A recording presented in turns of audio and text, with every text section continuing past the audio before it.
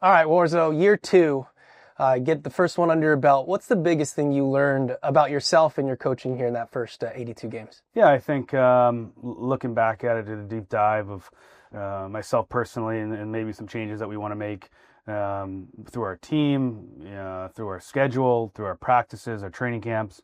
So you kind of review everything, and obviously you feel more comfortable going into your second year, like anything. And I feel more comfortable. We have probably a really good plan in place for training camp and to start our season off the right way, which we all know is very important with the starts that we've had lately. So again, just feeling more comfortable, I'd say, would be the biggest thing, and hopefully that leads to get us up to a faster start. How do you think the guys adapted to your coaching style and what you wanted to bring to the organization? Yeah, I think it takes time. It takes time for the players to understand me, and obviously being an assistant coach, some of the guys knew me, but obviously I wear a lot of passion, heart on my sleeve, and the intensity can get high, and I think it takes time for players to understand that in a sense, and just like it takes me time to get to know our players as human beings really is first, and what makes them tick. So being familiar with some guys again this year I think will help a lot. My career added a bunch veteran leadership to your group. What does that veteran leadership bring to your group? Yeah, I think we bring in guys that have won, have gone on long runs in the Orlovs and the Klingbergs and the Lettys that have been around the National Hockey League for a long time and know what winning looks like. And you look back at our season, I think it was 13 games that we had the lead going into the third period and we lost, whether that's regulation or overtime. It's a lot of hockey games that we've lost, with a lead. So we think bringing those guys in will help us, obviously win some more hockey games, but also help our youth, help our young guys continue to develop, continue to become pros. Obviously we have added some more young guys into the pipeline here. So you need veterans around these players to make them understand and help them understand what it takes to play in this league. It's not easy. It's extremely hard.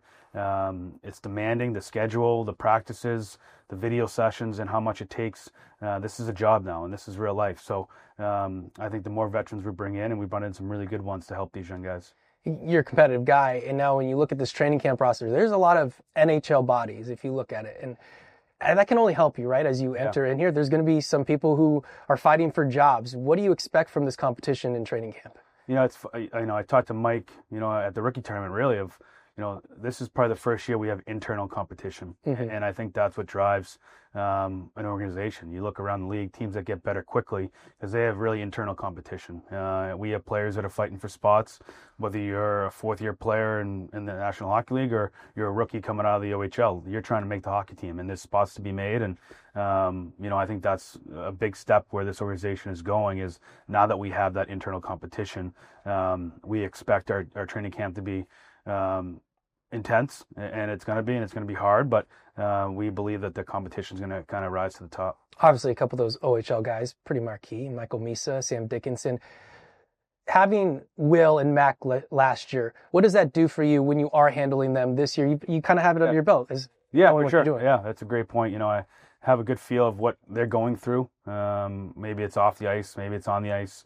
Some struggles that each of them had in different areas, and obviously it's going to be an adjustment for both of them. We'll let them play out their training camp, but for sure when the coaching staff and myself have a good feel working with 18, 19-year-old players, you get more comfortable doing it. So it's good. It's good. Like I said, we have a lot of talent coming into the organization, and the future is extremely bright. Mac and Will, they're not sneaking up on anyone though this year, right? Like last year. Yeah.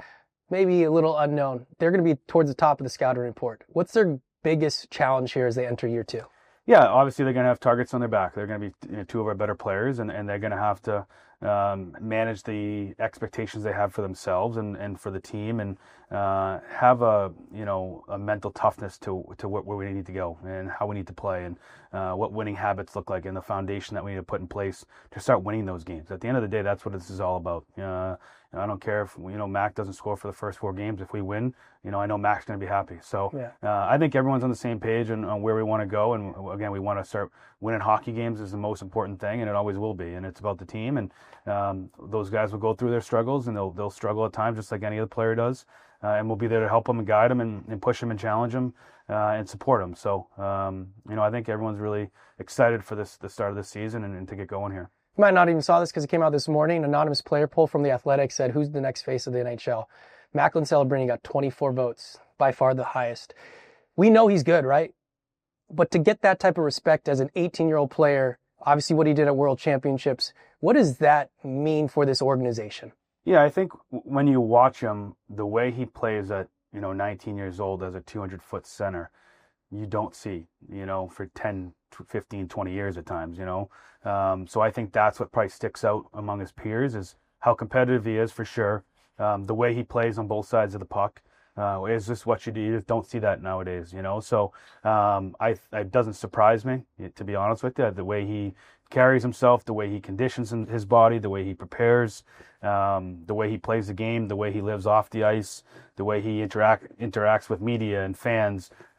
He's a world-class super kid, and it doesn't surprise me that he gets those votes. And I would say Will Smith is probably right behind him. Yeah, it feels like this is really an ushering in of a new era of San Jose Sharks. There's not very many carryovers from years past. Marty Ferraro is still here, obviously, but you get the new lease with the stadium. How exciting is this time as you enter into what could be a very successful stretch when you look at what I'm calling the teal core of the young guys coming in here? Yeah, it's extremely bright. We saw the light at the end of the tunnel a little bit last year with some of the talent we have, and now it's getting a little bit brighter. So it's exciting. It's exciting for the fans. The future is extremely bright, but I'm going to be honest with you. I'm really focused on just today, and we'll get to go on training camp day one, and we'll build from there on out. We can't get wrapped up in 10 games in, 15 games in. We got to focus and be where our feet are. One of your key things last year was bringing respect back to the crest, back to the San Jose Sharks. What do you want it to mean to wear a San Jose Sharks sweater? Yeah, I think the pride, the community, the fans. The fans have been here, the last 5-6 years, some tough years, and they've stuck with us. We owe it to them to, put a product on the ice that they can be proud of, and now winning some hockey games. So when you leave the tank and you go out and have a couple, full beverages, it's exciting, and you're with your friends, and this is what it's all about. I remember being in those shoes when I was a fan growing up in Boston. You leave the game and it's exciting. It's like you were part of the game. I want our fans to be part of this because they've been through it, some tough times, and we owe it to them. And I think it's winning is what we do. This is what we do. What we did love, and nothing will make us more proud than to do that. World Championships. It's Olympic year. We talked about this, but how much was winning that just pure motivation into your off season to get this place, to get the Sharks where they need to go? Yeah, I think. Yeah, it's important. You find what, obviously it's a different tournament. It's a different type of, it's not 82 games. It's a shorter tournament in a sense. But winning, usually looks the same. So we know what winning looks like. We've been through it. I know Will and I and Thomas Spear and Nick Gialdini were part of that. But hopefully we can bring some things from that to the tournament, from the tournament to the Sharks. But it's a different beast. It really is. But I can say we're addicted to winning. I'm addicted to winning, and we're going to do everything in our power to get the Sharks winning again. What do you like most about the Olympics? Oh, man. I love Bob Costas. I thought he does a great job. I used to watch him as a kid growing up and in the studio at 11 o'clock at night, and I thought he did a great job. So you obviously watch different sports. Obviously, we'll watch the hockey. Yeah. But there's times you flip it on, you're watching figure skating, and you kind of get amazed by it. And it's something that you don't really traditionally watch. So bobsledding, all of it. So I think that's, Olympics is something that at the end of the day, you're representing your country, and there's no better feeling than that. And I think wherever you're from, there's a lot of pride that these athletes, go through and an experience. And I think that's what's so great about the Olympics. Where's being on that bench ranked now as one of your goals? Olympic bench. Yeah, I mean, it's, of course, you look into it, and you'd love to at some point in your career be a part of that and represent your country again. But again, I'm really focused on the Sharks, and I think my job here is to get this team winning hockey games again. Easy one for you. Who's going to win the hockey tournament for the Olympics? Team USA, baby.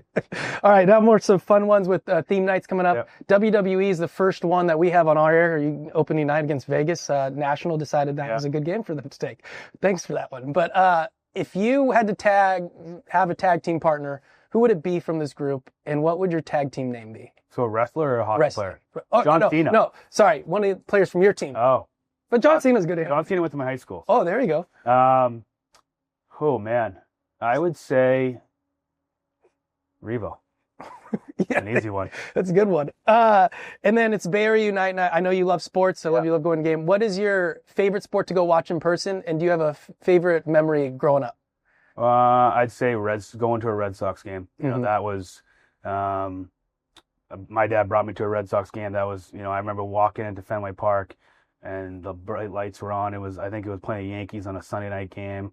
And I'll never forget that. And for me to bring my son to a Red Sox game, that was the coolest thing. And then next generation, speaking of your son, that night's going to come up. How'd you initially just get into hockey? Two older brothers that played hockey.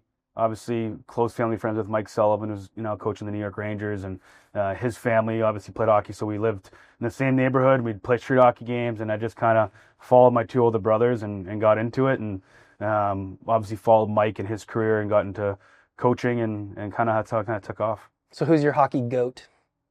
Ooh, my hockey goat, I think, would be Ray Bork. All right. You know, Bobby Orr, Ray Bork, being from Boston. Ray Bork was one of my coaches in high school. So that was, I'd say those two of my all times. And the last one I'll let you think about a little bit. New CBA, and one of the things the players are all kind of excited about is the dress code has been relaxed. What do you expect from your players as they show up? I think game day will probably be a lot of suits because they have their suits, but I think more travel days. What are you expecting from the guys? I'd say more relaxed, fit travel. I still say the traditional hockey player wears a suit to the game. I don't know if that will ever change. Yeah. You might see some different styles and whatnot, but you know, I think for the most part, there's a lot of professionalism with hockey players. But I think it's time. I think it's time we loosen up the dress code. I'm all for it. I think that next should be the coaches on the bench. There you go. We're the half zips. There you go.